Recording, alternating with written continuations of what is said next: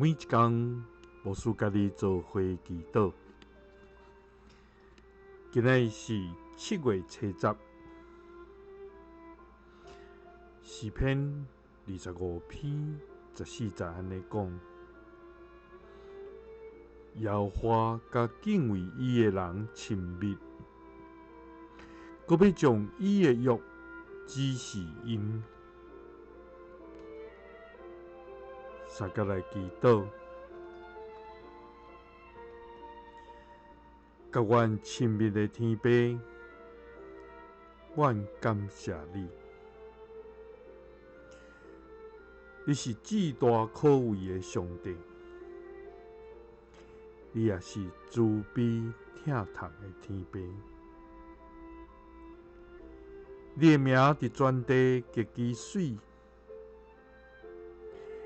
你将你的荣光彰显伫天里。我要因你欢喜快乐。至高的啊，我要学乐你的名。主啊，我要专心感谢你。我要保养你一切奇妙的所做。主啊，你的话是阮脚前的灯，路上的光。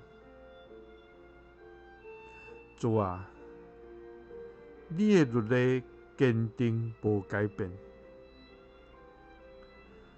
阮的上帝啊，天顶地下无一个神明亲像你。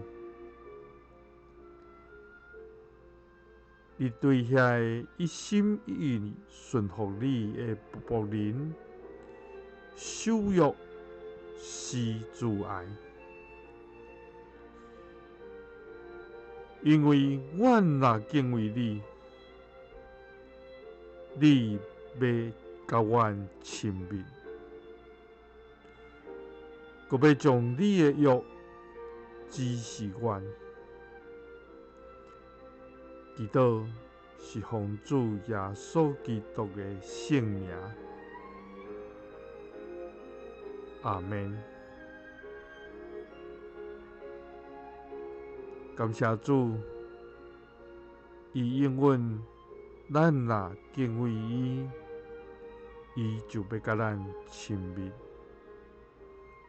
愿主帮助咱每一天拢行伫伊的旨意内面，也掠敬畏伊做咱生命要紧。就伊要施落伊的慈爱，甲伊的疼痛，伫咱的生命中间。